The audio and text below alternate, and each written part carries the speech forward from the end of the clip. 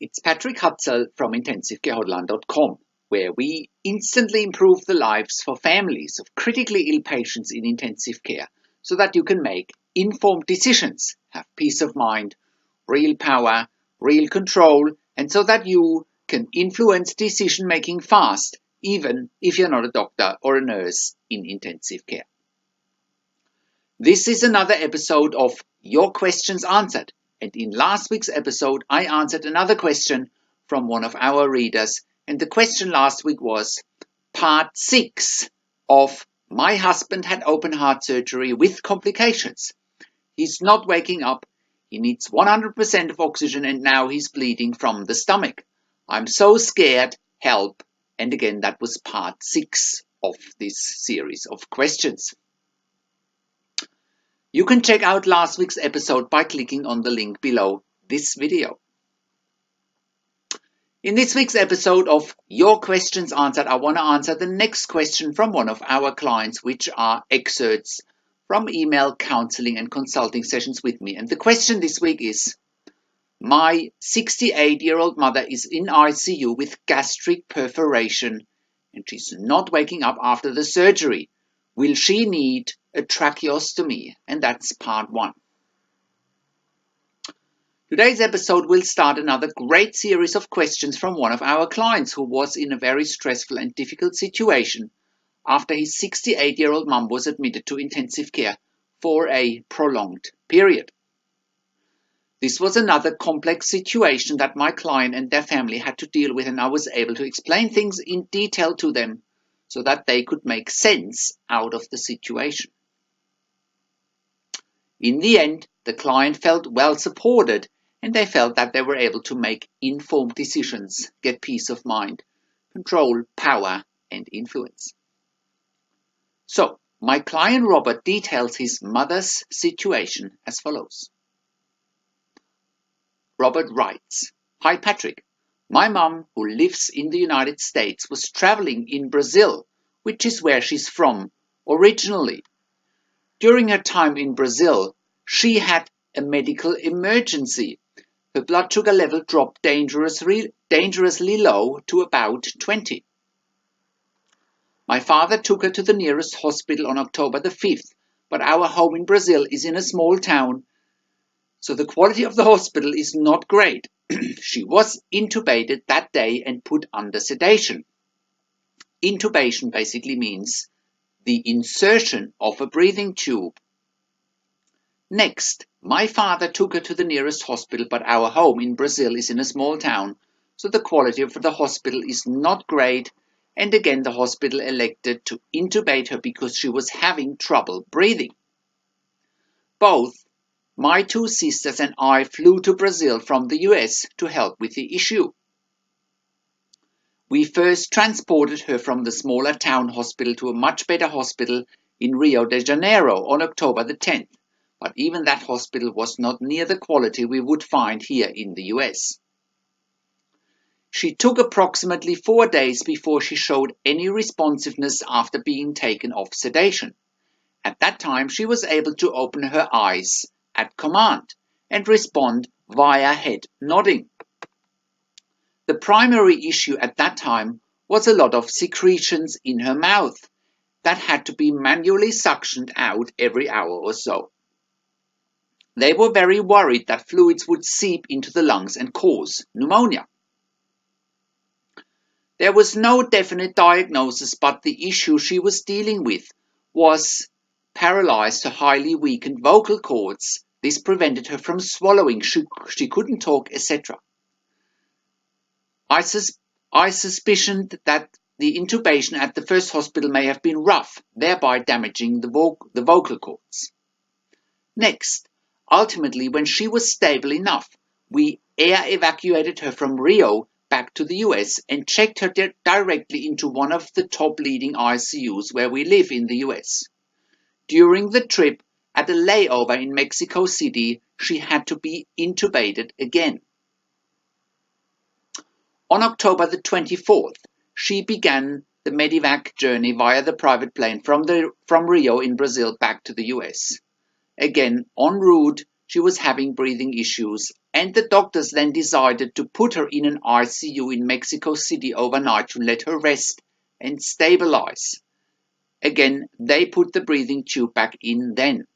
The remainder of the trip from Mexico City to the US in Seattle went without any incidents. Upon arrival, she was checked into the ICU in Seattle. Still somewhat non-responsive, but was just starting to show signs of coming out of sedation and waking up on October the 29th. On November the 3rd, she showed signs of struggled breathing and they decided to intubate her again. This is the third time. Later that same day, the doctors informed us that she needed emergency surgery because they had found air in her abdominal cavity and they suspected she had a hole in her stomach or intestines. That was later confirmed to be true. Surgery was performed early morning on November the 5th. The surgery went well. They were able to patch the hole and added some fat tissue to bolster the patch. Since November the 7th, she's been up and down. She started with need for high dose of blood pressure medications, eventually had a spiked fever of 104 Fahrenheit, which is about 40 degrees Celsius. She showed signs of improvement. No fever, blood pressure medications were almost off, improved breathing, etc. But then she relapsed again. The current situation is as follows. They think she has another infection or sepsis. They are running out of options in terms of which antibiotic to use, because she's already on a mix of 5 different antibiotics based on the cultures they've been taking. The new development yesterday was a lot of fluids coming out of his stomach tube, which wasn't happening before. So right now, I think the doctors are first trying to figure out how to treat the infection or sepsis. The non-responsiveness part, I'm guessing, will come later. My first question is, my mum has basically been out for 7 days now. A couple of days ago, we could get some response from her if we pinched her or when they were shifting her in the bed.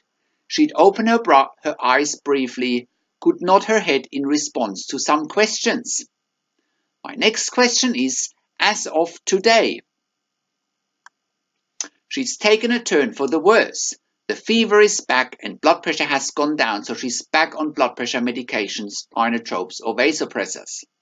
Many thanks for your wonderful website and for all your help. From Robert. So here is my response. Thank you, Rob, for detailing your mum's situation and the challenges she and your family are currently facing. It really sounds your mother and your family have been dealing with a somewhat unusual and also challenging situation, especially with having to fly your mother from one country to another whilst being critically ill. To answer your first question, she's basically been out for 7 days now. A couple of days ago, we could get some response from her if we pinched her or when they were shifting her in the bed. She'd open her eyes briefly, could nod her head in response to some questions. The following answer applies. Given your mother has been in an induced coma for a few days in Brazil, and it took her a while to wake up, and given that your mother has been in an induced coma for another 7 days since admission back to ICU in Seattle in the USA, including emergency surgery, where she had more sedatives and opiates, which are painkillers, you are describing a relatively quote-unquote normal process in intensive care.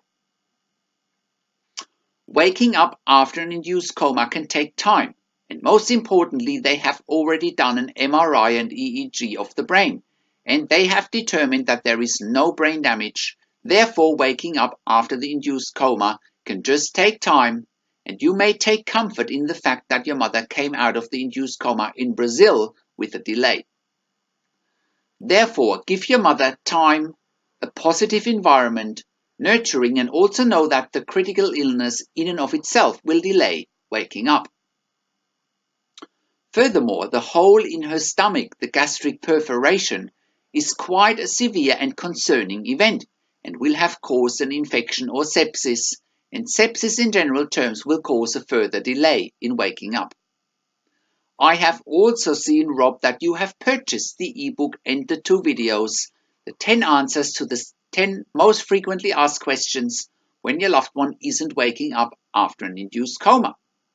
And this resource in particular will give you some very good insights about what to expect with your mother not waking up after the induced coma. You may also look at this resource, at another resource, and it'll also give you lots of insights how to deal with this challenging but also quite common situation when it comes to critically ill patients not waking up after an induced coma. And you may want to look at the ebook and the 2 videos, the 5 mistakes you are unconsciously making if your critically ill loved one is in an induced coma and is not waking up. You can find that ebook on our ebook section at the top of the website. Looking at your next question, Rob, where you say, as of today, she's taken a turn for the worse. The fever is back and blood pressure has gone down, so she's back on blood pressure medications and inotropes. The following answer applies.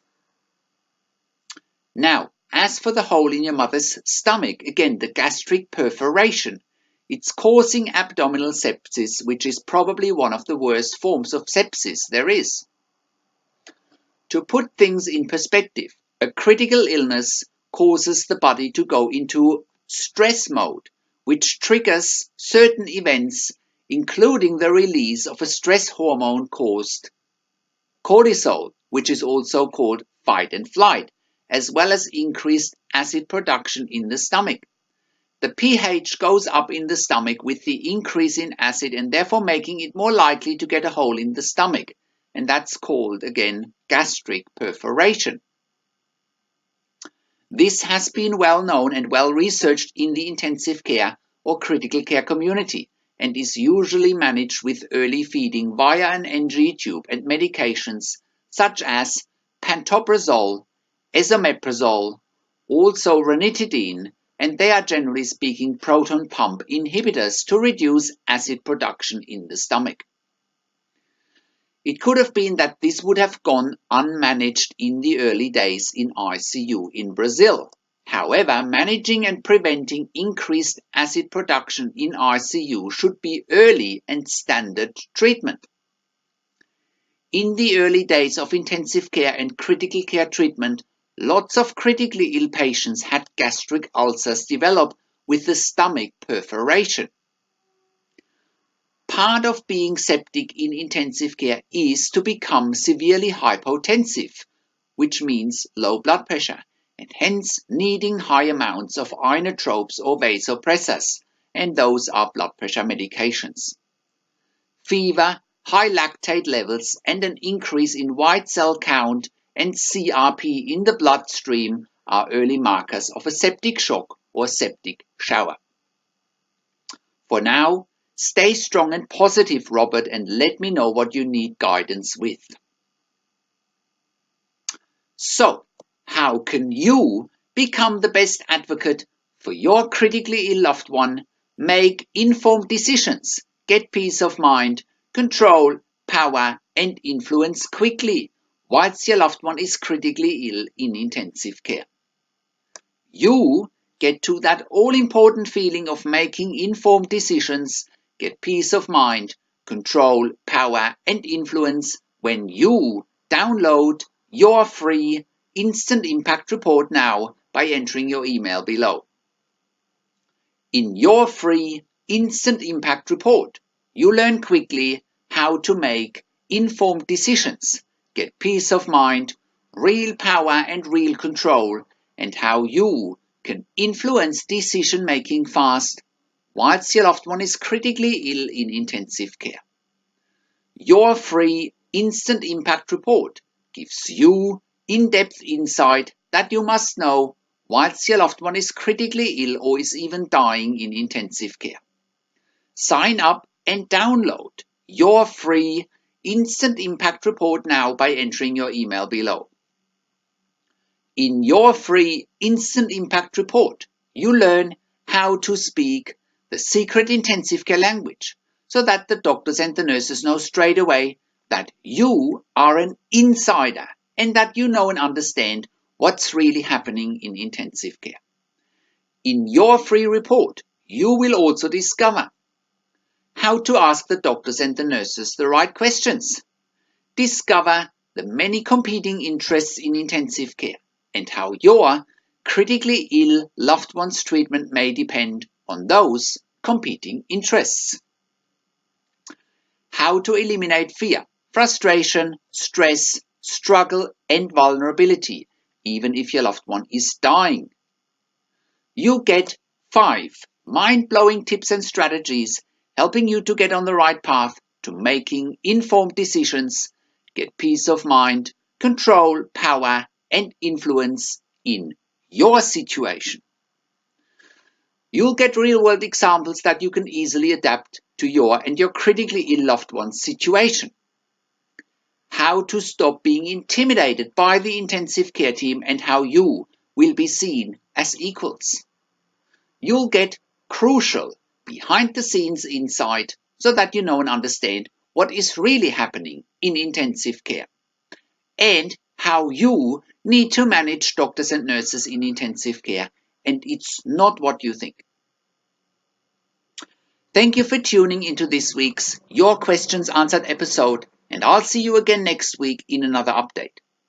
Make sure you also check out our blog section for more tips and strategies, or simply send me an email to support@intensivecarehotline.com with your questions. Or you can call me, find international phone numbers on our contacts tab. Also, check out our ebook section where you get more ebooks, videos, and audio recordings, and where you can also get one-on-one counseling and consulting with me via Skype over the phone or via email by clicking on the tabs on the top of the website. This is Patrick Hutzel from intensivecarehotline.com, and I'll see you again next week in another update.